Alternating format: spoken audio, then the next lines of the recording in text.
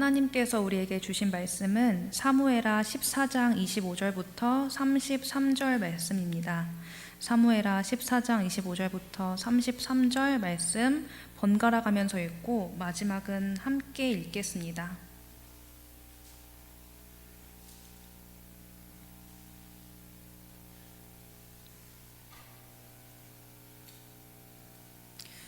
온 이스라엘 가운데에서 압살롬같이 아름다움으로 크게 칭찬받는 자가 없었으니 그는 발바닥부터 정수리까지 흠이 없음이라.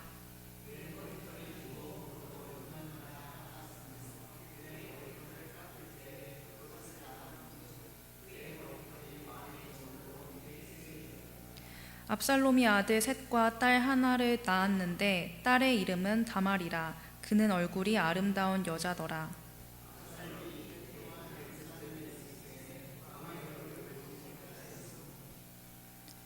압살롬이 요압을 왕께 보내려 하여 압살롬이 요압에게 사람을 보내 부르되 그에게 오지 아니하고 또 다시 그에게 보내되 오지 아니하는지라.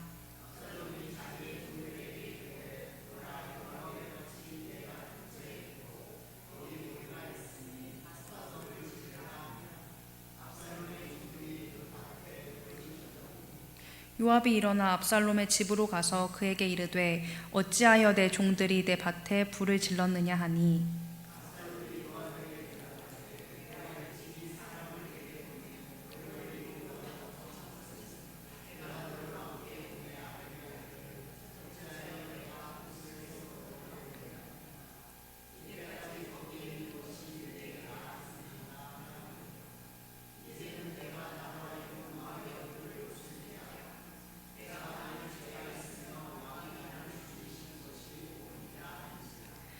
요압이 왕께 나아가서 그에게 아뢰매 왕이 압살롬을 부르니 그가 왕께 나아가 그 앞에서 얼굴을 땅에 대어 그에게 절하매 왕이 압살롬과 입을 맞추니라. 아멘. 오늘도 하나님께서 주시는 이 말씀을 통해 풍성한 은혜를 누리시기를 바랍니다. 먼저 설교를 하기에 앞서 혹시나 저를 모르시는 분이 계실 수 있어 짧게 저의 소개를 하고 설교를 하도록 하겠습니다. 안녕하세요. 저는 서초 신동교회 아동부를 담당하고 있는 김영민 전도사라고 합니다. 오늘은 제가 이정규 전도사님을 대신해서 사무엘하 14장 말씀을 전하려고 하는데요. 그런데 이 말씀이 오늘 본문이 특히나 조금 어렵더라고요. 그래서 제가 차근차근 모든 분들이 이해하기 쉽게 설명을 하고 그 다음에 묵상한 것을 나누도록 하겠습니다. 먼저 사무엘하 14장을 이해하려면 그 전에 있었던 사건을 알아야 합니다. 다윗에게는 압살롬과 암논이라는 아들이 있었습니다. 그런데 압살롬과 암논은 이복 형제, 그러니까 아버지는 다윗으로 동일한데 어머니가 다른 형제 관계였습니다. 그리고 압살롬은 여동생이 있었는데 이름은 다말이었습니다. 그러므로 암논과 다말도 어머니가 다른 남매 관계였습니다. 그런데 암논이 다말을 짝사랑하게 되었습니다. 이 감정이 너무나 커져서 암논이 상사병과 같은 병을 앓게 됩니다. 그리고 계략을 꾸며 다말을 범하는 죄를 저지릅니다. 그리고 다말의 친오빠인 압살롬이 분노하여 2년 동안 이를 갈았고 2년 후에 암논을 죽입니다. 이에 다윗은 너무나 슬퍼하였고 압살롬은 예루살렘에 떠나 그술이라는 곳으로 도망을 가서 3년 동안 그곳에 머뭅니다. 사무엘하 13장 39절과 오늘 본문 14장 1절에 보면 다윗이 압살롬을 그리워했고 다윗의 부하였던 요압은 이러한 다윗의 마음을 눈치챕니다. 그래서 압살롬이 다시 예루살렘으로 돌아오도록 계책을 세웁니다. 사무엘하 14장 1절부터 3절 말씀을 다 같이 한 목소리로 읽겠습니다.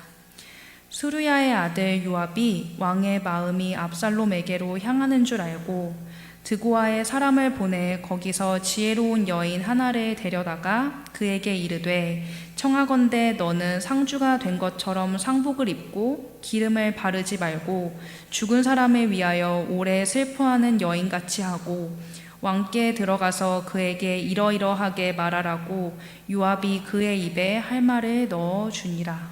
아멘. 요압이 이렇게 계책을 세운 이유가 무엇일까요? 요압은 굉장히 계산이 빠른 사람이었습니다. 암논이 죄인의 신분이었기 때문에 해외로 망명했지만 그는 다윗의 유업을 이어야 할 왕자라고 불릴 만큼 굉장히 자격을 갖춘 사람이었습니다.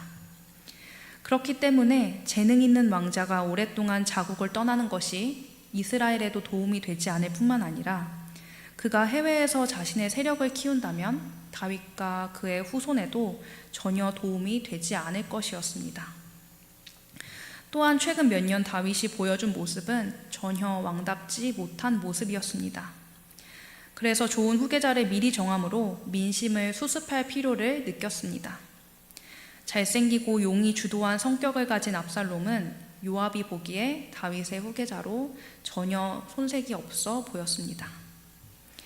여러 이유로 요압이 보기에 압살롬을 다시 데려오는 것이 옳아 보였기에 다윗의 마음을 확정짓는 치밀한 계획을 세웁니다. 그런데 문제는 다윗과 압살롬의 화해가 아버지와 아들의 감동적인 화해가 아닌 다윗의 충신 요압으로부터 못 이겨 한 결국 화해가 아닌 화해가 됩니다. 그리고 이 화해는 향후 압살롬의 반역에 불을 지핍니다. 그렇다면 요압의 인간적인 노력과 열심이 어떻게 잘못이 됐고 진정한 화해를 위해 무엇이 필요한지를 살펴보도록 하겠습니다. 먼저 사무엘하 14장 4절부터 7절 말씀을 한번 다 같이 읽겠습니다. 드고아 여인이 왕께 아랠 때에 얼굴을 땅에 대고 엎드려 이르되 왕이여 도우소서 하니 왕이 그에게 이르되 무슨 일이냐 하니라. 대답하되 나는 진정으로 과부니이다. 남편은 죽고 이 여종에게 아들 둘이 있더니 그들이 들에서 싸우나 그들을 말리는 사람이 아무도 없었으므로 한 아이가 다른 아이를 쳐 죽인지라. 온 족속이 일어나서 당신의 여종 나를 핍박하여 말하기를 그의 동생을 쳐 죽인 자를 내놓으라. 우리가 그의 동생 죽인 죄를 갚아 그를 죽여 상속자 될 것까지 끊겠노라 하오니 그러한즉 그들이 내게 남아있는 숯불을 꺼서 내 남편의 이름과 씨를 세상에 남겨두지 아니하겠나이다 하니. 아멘. 요압의 지시대로 드고아의 지혜로운 여자가 왕께 찾아갑니다. 고대 이스라엘에는 왕이 직접 백성의 불만을 듣고 문제를 해결해 주는 제도가 있었습니다. 그래서 평민이, 그것도 시골에서 올라온 상복 입은 여인이 왕을 만날 수 있었습니다. 여인은 먼저 자신을 남편 잃은 과부로 소개합니다. 여인의 상복이 남편의 죽음과 관련이 있을 것이라고 생각하지만 그녀의 이야기는 예상을 뒤집어 엎는데요. 바로 여인에게 두 아들이 있는데 한 아들이 다른 아들을 죽여서 남은 한 명이 죽은 아들을 애도하기 위해 상복을 입었다는 것입니다.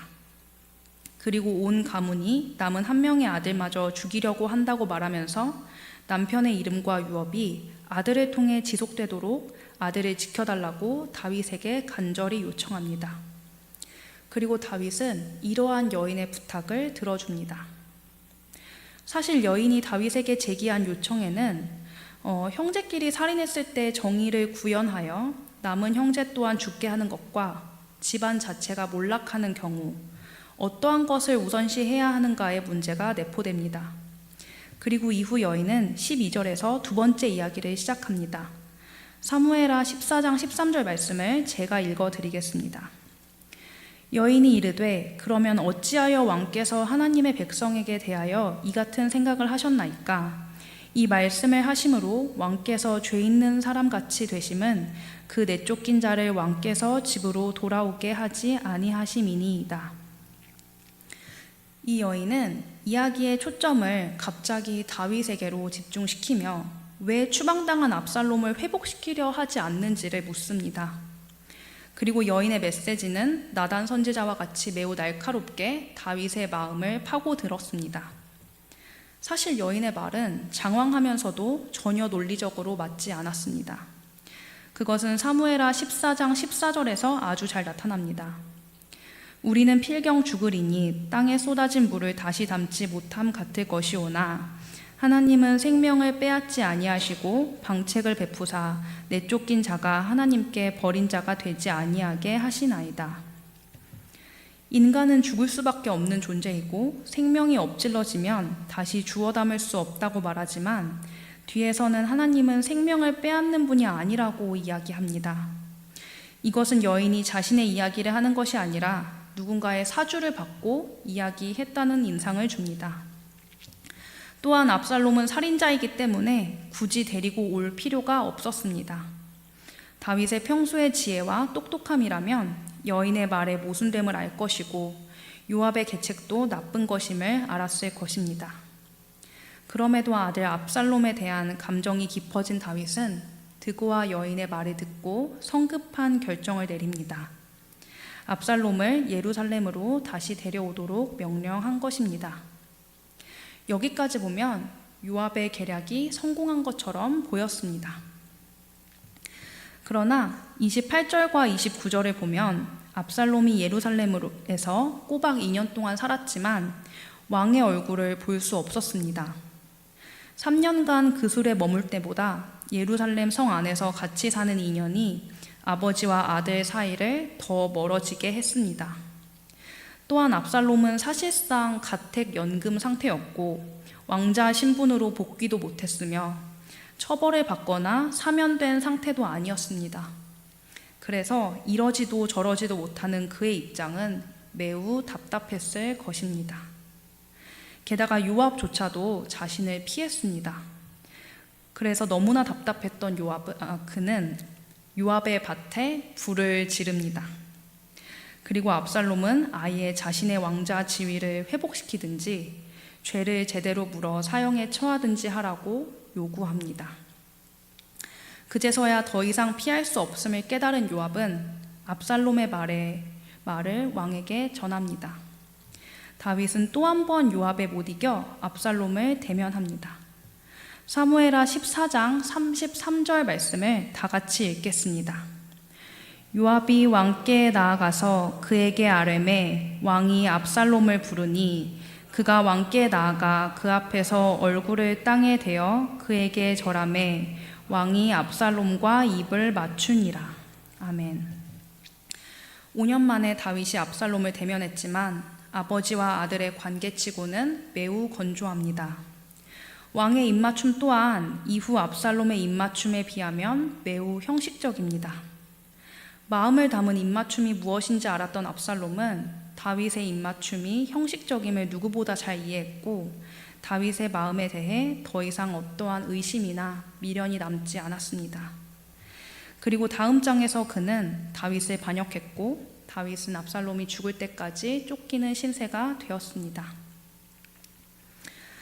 납치 사건을 해결할 때나 위급한 환자를 치료하는 상황 등에서 골든타임이라는 말을 사용합니다. 그 골든타임이라고 불리는 그 시간 안에 조치를 취하면 범죄 사건을 해결하고 생명을 살릴 확률이 커집니다. 그러나 아무 성과 없이 그 시간을 넘기면 이후로는 해결과 회복이 어려워집니다. 압살롬의 예루살렘 복귀는 준비되지 않은 상태에서 이루어졌습니다. 그렇다고 해서 서로를 용납하기까지 시간을 너무 오래 끄는 것도 결코 좋을 것이 없었습니다. 다윗은 두 가지 골든타임을 놓쳤습니다. 첫 번째는 압살롬이 죄에서 회개하도록 돌이키는 골든타임이었고 두 번째는 압살롬과 화해할 골든타임이었습니다. 누군가 죄를 지었을 때 그리고 그 당사자가 자신의 사랑하는 아들이라면 더더욱 죄를 인지시키고 죄에서 돌이키도록 해야 합니다. 32절에 보면 압살롬이 내가 만일 죄가 있으면 왕이 나를 죽이시는 것이 옳으니라 라고 말합니다. 만일 죄가 있으면 이라는 가정법이 쓰이는 것으로 보아 그는 자신의 잘못이 정확히 어떤 것인지를 잘 모릅니다. 이때 필요한 것이 가까운 사람의 훈계입니다. 창세기 38장에서도 다말이라는 여인이 등장하는데요. 바로 유다의 며느리입니다. 이스라엘에는 형제가 아이 없이 죽으면 죽은 형제의 대를 잇기 위해 친형제나 친척 중에서 죽은 형제의 부인과 결혼해 아이를 낳아 주어야만 하는 풍습이 있었습니다. 유다는 장자 에르가 죽자 그 동생 오난에게 형수와 동침하여 아이를 낳도록 했지만 오난은 그 아이가 자기의 자식도 되지 않고 아버지 재산이 그에게 넘어갈 것을 우려해 자식 낳기를 거부하다 죽었습니다. 유다는 남은 아들 셀라를 다말에게 주어 자손을 이어야 했지만 셀라도 오난처럼 죽을까 봐 다말을 친정으로 보낸 후 불러들이지 않았습니다. 유다의 이런 행동은 이스라엘 자손이 끊어지지 않게 하려는 하나님의 배려를 무시한 거였습니다. 그리고 이후 며느리 다말을 통해 자신의 잘못을 깨닫고 이렇게 말합니다. 그녀가 나보다 옳다. 다윗은 그 누구보다도 하나님 앞에 죄를 지었을 때, 그리고 하나님 앞에 순종했을 때 어떤 결과를 불러오는지에 대해 잘 아는 사람이었습니다. 그래서 자신이 죽기 전에 솔로몬에게도 하나님 앞에 순종하면 내 길이 형통하리라고 말했습니다. 그럼에도 그는 압살롬으로 하여금 죄에서 돌이키도록 하지 않았습니다. 압살롬에게는 압살롬의 능력을 이용하려는 사람들만 있을 뿐 압살롬의 마음에 진심으로 공감해주고 죄로부터 돌이키도록 말해주는 사람이 없었습니다. 심지어 그의 아버지 다윗조차도 그를 어려워했습니다. 물론 다윗이 이렇게 과격하고 폭력적인 압살롬을 다루는 것은 쉽지 않았을 것입니다. 또한 이 둘은 아들과 아버지 관계를 넘어 왕자와 왕의 관계, 즉 왕과 잠재적 찬탈자의 관계이기 때문에 더더욱 어려웠을 것입니다. 압살롬이 다윗으로부터 세자의 지위를 확보하지 못하면 그는 스스로 왕이 될 수도 있을 만큼 굉장히 능력이 있는 사람이었습니다. 그래서 2년간 그를 부르지 않은 것은 단순히 문제의 방치가 아닌 그만큼 문제가 어려웠다는 것을 의미합니다. 그렇지만 다윗은 시편의 많은 부분을 차지하는 기자로 알려진 만큼 하나님을 찬양하고 하나님 앞에 자신의 근심과 걱정을 아뢰일 줄 알던 사람이었습니다.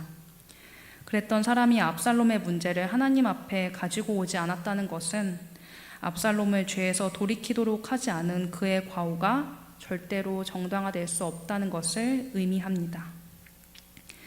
그리고 이러한 애매모호한 태도로 인해 다윗이 압살롬을 용서하고 둘이 화해하는 골든타임 또한 놓치게 됩니다. 압살롬은 2년간의 숨막히는 생활을 도저히 견디지 못하고 드디어 폭발합니다. 다윗은 요압과 주변 인물의 압력에 못 이겨 아들을 데려오긴 했으나 모호한 태도를 취해 그 관계를 더 깊은 수렁으로 몰고 갔습니다. 어떠한 확고한 결정도 내리지 않고 시간만 끄는 행동이 압살롬을 더 큰 상처와 절망에 빠뜨렸던 것입니다. 다윗이 압살롬에게 입을 맞췄을 때에는 이미 이러한 골든타임이 놓친 후였습니다. 압살롬은 비참해질 대로 비참해져서 그간 자신을 받아주지 않는 아버지에게 그 대가를 치르게 할 작정이었습니다. 너무 늦은 화해는 이처럼 부작용을 낳기가 쉽습니다. 전도서 저자는 않을 때가 있고 않는 일을 멀리 할 때가 있다라고 말을 합니다. 다윗은 않는 것을 멀리 해야 할 때 압살롬을 가까이 불러들였고 정작 압살롬을 안아야 할 때에는 그와 거리를 두었습니다. 우리는 늘 하나님께 뜻을 구하며 때를 분별하는 지혜를 얻어 살아가야 합니다. 우리는 항상 다른 사람에게 좋은 모습을 보여주고 싶고 주변 사람들에게 좋은 인상으로 남길 원하는데요. 하지만 화평의 복은 누리는 것이지 쫓아가는 게 아니라는 것을 우리는 명심해야 합니다. 사랑하는 성도 여러분, 죄의 문제를 바로잡는 것은 절대로 관계를 끊는 것이 아닌 관계를 회복시킨다는 것을 아셔야 합니다. 죄의 문제는 비껴가면서 겉으로만 화해를 하는 것은 진정한 화평이 아닙니다. 그리스도인인 우리는 먼저 하나님께서 기뻐하시는 뜻을 알고 그 뜻을 따라가도록 노력해야 하며 두 번째로 우리 주변 사람들이 하나님으로부터 엇나갈 때 하나님께 그를 바로잡을 수 있는 지혜를 구하며 다시 하나님께로 돌아오도록 노력해야 합니다. 그리고 우리가 하나님으로부터 멀어졌을 때 쓴소리를 능히 감내할 수 있도록 기도해야 합니다. 그렇게 하시는 저와 우리 성도 여러분 되시길 주님의 이름으로 축원합니다. 기도하겠습니다. 이 시간 우리 다음 세대 자녀들을 위해 기도합니다. 다음 세대 자녀들이 하나님으로부터 멀어지지 않고 죄로부터 돌이키게 해주시고 하나님으로부터 멀어진 자녀들이 있다면 하나님께서 그들을 깨닫게 하여 주셔서 다시 한번 하나님께로 돌아오도록, 그리고 부모님과 사이가 멀어진 자녀들이 있다면 하나님께서 부모와 자녀의 관계를 회복시켜 주셔서 화평의 복을 다시 한번 누릴 수 있도록 기도합시다. 기도하겠습니다.